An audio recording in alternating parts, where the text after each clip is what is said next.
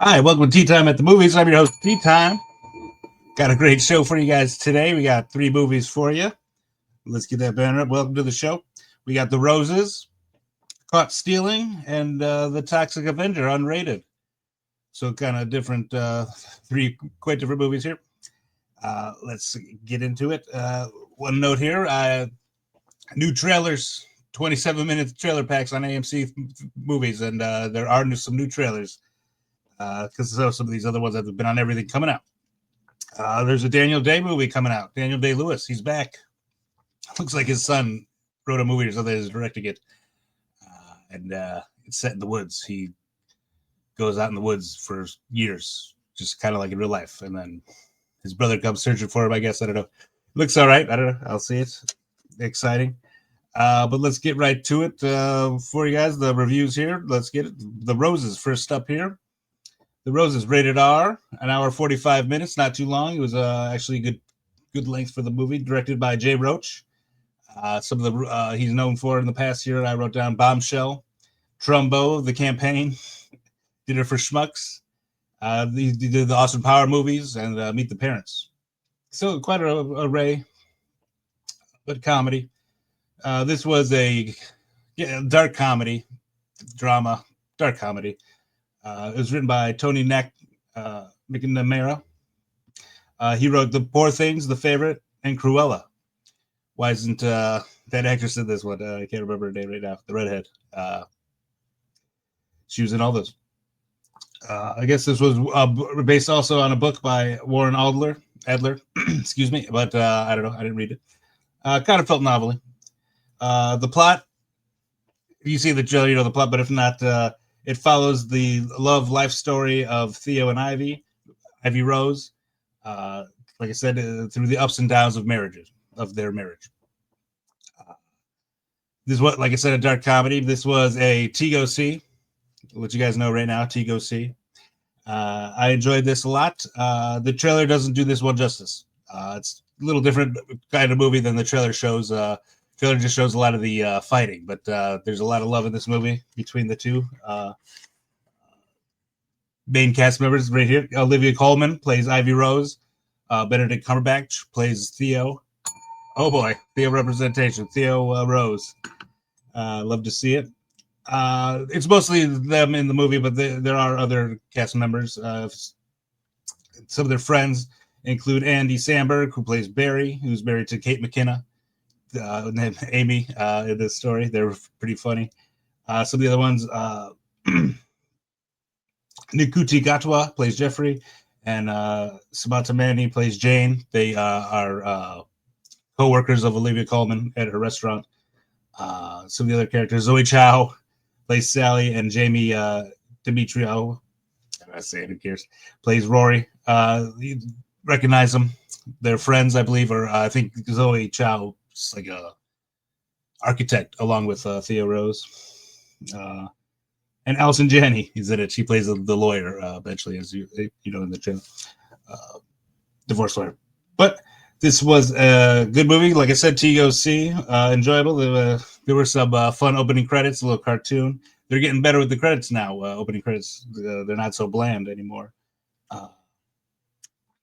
There were some funny moments, not all spoiled in the trailer, although a lot of them are, especially with Kate McKinnon. But Andy was funny. We haven't seen Andy Samberg in a while. He was fun in this. Funny. Let me see my notes here. Just a well-paced movie. Keeps moving. There are several time jumps. In the beginning, they show you how they met. And then they have kids. The kids grow older. But there are several time jumps in it, which are pretty effective to get the story going, tell the story. It's shot well. There's some beautiful scenery. They build this house in the woods at one point, and it's just beautiful. It's like on a lake. It's just beautiful. Great sets, locations. I believe that Thea was an architect, and she was a renowned a chef, basically. Just a believable plot. You know, I'll say a lot of these movies coming out, like the plot is unbelievable. This was very believable. Love story, marriage story. I believe they loved each other. But some of the comedy moments went a little too far.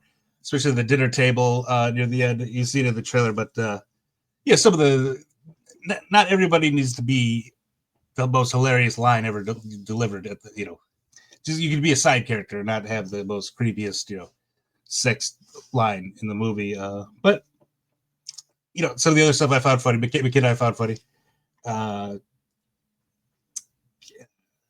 But that being said, you might find it funny. Dark comedy. The kids, not that they weren't unbelievable, but they had American accents like fully, and I get it. At the beginning of the story, they moved to California, so the kids always grew up in America, and they kind of have light British accents. They're not the Kim Benedict Cumberbatch and Olivia Colman, but still, you think they sound a little British or have some British words in their vocabulary. They wouldn't just sound. And then the kids, not really spoiling anything. They're there, then they're kind of just written off in the story. So it was just kind of like a C plot, but could have taken a little more care with it. But the kids were an afterthought, like I said, kind of in the story. I don't spoil anything. It's worth watching till the end. One another note, a little too fast and loose with the gunplay. Olivia, they at the beginning of the movie, or near the beginning, they go to like a gun range with Andy Samberg, those friends, and it's pretty funny to see. But later in the movie, Olivia Colman has a gun. It's kind of spoiled in the trailer, but in the movie, she's a little fast and loose with that trigger. Guns are very dangerous, but it wasn't. Maybe it was trying to play for comedy, but I didn't find it that way. But overall, it was a good movie. Horrible trailer. I mentioned a little earlier, didn't do justice to the movie. It's a good love story. They should have focused on that a little bit more instead of the divorce part. But I won't ruin anything about the movie or the ending. Good ending. I enjoyed the ending. I loved it. If you see this movie, let me know your thoughts about the ending. I thought it was pretty good. Pretty good. So go see this movie if you, especially if you love Benedict Cumberbatch and Olivia Colman. I mean, have they played lovers before? I don't know. They're pretty believable. Good movie here. Recommend. To go see. All right, next up here we got Caught Stealing. This is a rated R, hour 47 minutes. I'd say that was about the right length. Didn't feel too long, although dragged a little bit. Directed by Darren Aronofsky. Some of the more notable ones that I enjoyed of him, or that I've seen, and I guess I had strong opinions about it, with The Whale, Mother, Wrestler, Noah, The Fountain, all one-word movies. He should have went one-word title here. That was where he went wrong. This was bad. It was two-word movie here. Black Swan, although I did enjoy Black Swan. Another see here. Written by Charlie Huston. I'm not sure. I didn't recognize any of his writing credits. The cast was pretty good in this. Go over a little bit. Austin Butler, Mr. Elvis, plays Hank. His girlfriend Zoe Kravitz plays Yvonne. Matt Smith plays Russ. He's the guy with the mohawk. Regina King plays Detective Roman. Liev Schreiber plays Lipa. Vincent D'Onofrio plays Shmuley. Bad Bunny is in this. He plays Colorado. He was pretty bad. I don't know why he's in movies. He's been in some Adam Sandler movies too, I'm pretty sure, and those were pretty bad too. So the plot of this movie, pretty simple. The plot follows Hank as he gets entangled in the New York underground, set in the late 1990s. Kind of things just build, and I don't want to ruin anything for you, but the underground, a lot of violence. But overall, this was a no thanks, not for me. I didn't enjoy the ride. It was pretty unbelievable, the sequence of events, especially to start it all off with, of how he gets initially entangled in it. The guy with the mohawk leaves him his cat, and then some guys looking for him, like, later on. It doesn't happen all at once, but like beat him up in the hall, like the Russians beat him up in the hallway looking for something, looking for the mohawk guy. But a lot of, and then this happens, and then this happens. And it's the bad acting by the villains, especially Bad Bunny. My God. The Regina King, the detective, she overplayed it. She was eating up the scenery and every scene she had. I didn't really believe it. It felt like that role was a man, and then they give it to her. She just didn't have the gravitas to play that role. The plot only moves forward because it's written to do so. It was just hard to follow. Not hard to follow, but just why was it set in the 90s? Why is he so prone to just this underground lifestyle? The main actor, Elvis, what's his name? Austin Butler, Hank. You know, his backstory is that he's a baseball player. He got in a car crash and it ruined his baseball career in high school because of his drinking. They constantly flash back to that. That doesn't make you a seedy underground person just because you're an alcoholic and whatever. This movie just like we're supposed to know the seedy underground ins and outs. Just because it's set in the 90s and you have all these characters that we've seen before in other movies doesn't mean that we should know that all these you mess with the mob, this happens. Or the Russians didn't speak English most of the time. They had subtitles and things like that. But if Austin Butler is just like some dope alcoholic, how's he doesn't speak Russian or all these other Spanish like Bad Buddy. He's not going to understand what they're saying. It's one of the he understood it because the plot needed to understand it, or it just moved along. Whatever. Many of the events, were unbelievable. The movie didn't want to end. There's so many endings, or plot where they could have cut it off, but they kept going. It wasn't even that believable. You find out at the end, Laura Dern's the mom. She's in it at the very end. Although they have like phone calls and messages back and forth throughout the movie. I guess I didn't realize it was Laura Dern, but the ending was stupid. Who cares? He played baseball. Yeah. It was more interesting that he was like an alcoholic and his girlfriend, that plot and haunted pastings. But once he gets entangled into the underground, like it just didn't make sense. Like his end moves and things like that. Like, why would you even think to do that if you're an upstanding citizen? Or it just wasn't believable. Poorly written. The ending was stupid. Oh, there was a titty alert. Zoe Kravitz did show him. Kind of they have a love scene. It's very, very erotic. But just a titty alert for that. But even that didn't push it over to a T-go see. This was a no thanks not for me. You're not really missing anything. This was a million movies you've seen before. Where I don't even want to get into it. They got the Mohawk, the Russians, the Jews.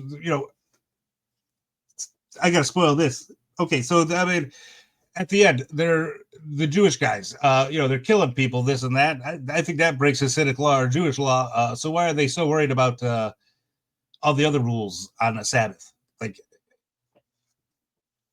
at the end, they let him drive, Hank, and they're obviously probably going to kill him, but they let him drive, like because it's Saturday or the Sabbath. They just murdered a nightclub full of people. I don't think God would approve of that. Isn't that in the Ten Commandments? Like, funny idea. Good trailer for this movie. Talk about good trailer, but bad movie. The flip of the roses. So why can't they just balance them out? Good trailer, good movie, bad trailer, bad movie. Well, I guess it's a bad movie. You want to have a good trailer so people go see it. But you're not missing anything here they haven't seen before. It was a miss. Bad Darren Aronofsky. Should be ashamed of yourself. All right, next up here, last, we have the Toxic Avenger Unrated. Hour 40 minutes. This was built in 2023, so this has probably been sitting in the cans for a while. Kind of felt a little dated. Written and directed by Maron Blair. I don't recognize any of the credits. He's an actor, it looks like also. He's in this. It was based on a movie from 1984 with the same name. I haven't seen it. I haven't even heard of it. The cast, Peter Dinklage plays Winston or Toxie. Kevin Bacon plays Bob Garbinger, the villain. Elijah Wood plays his brother Fritz, the creepy brother. And there's a lot of other people in it. I didn't really recognize too many other people. This was a no thanks not for me, barely. I actually walked out not hating the movie. This was a formulaic superhero movie. The plot if you see the superhero movie, you see this. It follows Peter Dinklage. He's a widow taking care of his stepson. Times are hard. He's works for companies polluting everything. So he gets cancer of the brain, and then he goes and asks Kevin Bacon, who's the head of the, or, the CEO of the corporation, to cover his brain operation or whatever. And Kevin Bacon, needless to say, denies him. And the plot moves from there. He gets thrown into a toxic waste, becomes a mutated version of himself, strong, and has a mop that's toxic, that murders. That is like a weapon, a lethal weapon. I don't know. It's felt kind of like comic booky. Everything is over the top in it. Like every character is introduced. Like Kevin Bacon will say like his name, but he's like the villain. It sets up the headquarters of the villain's headquarters in parentheses. So everything's pretty spelled out. Pretty simple story. Over the top plot. I didn't hate it though. This movie was better than it deserved to be, especially with Kevin Bacon, Peter Dinklage, and Elijah Wood, who was actually pretty good at this. He plays a good creepy brother. He's like bald, but he has like one hair patch that's combed over. It's pretty good. It was shot well. This movie had a budget. It's looked like there was well paced, but it was a lot of story, a lot of A line, B line. They fit it through. Oh, and another titty alert. They flashed them near the end. Two girls. I didn't think they saw their face, but they lifted them up and showed them to God and everybody else. Big titty weekend this past couple weeks. Titties are back, and I am loving it. This tea time is a tea revolution. T stands for titties. Good to see. Maybe people, if they hear that it's out there, you're seeing them, people might come back. Might be too late with the stuff online, though, that's already out there. Hollywood, the strikes and the pandemic, you lost your way. Another couple of notes here. When Peter Dinklage gets thrown into the toxic waste, from then on, he's this, deformed. You've seen it if you see the poster everywhere. It's played by another actor. I think it was an actress. I forgot to write it down, but it's not Peter Dinklage. Hey, bro, you an actor or not? Do your own toxic mutant waste work, okay? You can't sit in the chair for 8 hours like every other actor. You're too good. You can just do voiceover for the rest of the movie, half the movie, get paid full. I'm sure you did. Though you're half the size, do the full amount of work. He was actually pretty good at it. It bothered me a little bit that it was dubbed. It clearly wasn't Peter Dinklage as the mutant person, but if you're a comic book fan, you might enjoy this. But if you're just a regular person with kids, skip this. It's rated R, low budget, but it seemed to have a budget. I guess for the CGI, it seemed pretty like when he's murdering people with the mop. It's pretty stupid. But the mop is constantly like also smoking because it's toxic. Not sure why we had to make this movie, but that's it for this weekend.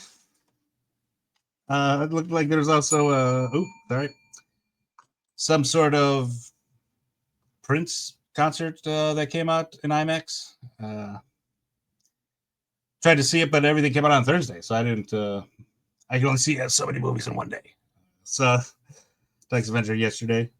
There were about maybe 10, 12 other people in it. What time did I see it? I saw it at like 7, so the prime time. 15 people in the theater. The Roses, I saw it Thursday. There was nobody in the theater, just me. And then the other one, Caught Stealing. There were some people there, probably Darren Aronofsky. But pretty sparse lately. Not much coming out. Trust, I could not watch that. That looked terrible. I watched the trailers. Eden, I want to see that. It's limited, though. I'll try to watch it. But again, that's all for this week. Thank you guys for tuning in. Remember, tea time. What's my catchphrase? In TV Trust? No. Thanks for watching. And remember that the T stands for truth. There we go. I knew I'd remember it. I got to write it down. Tell you the truth. Tea time.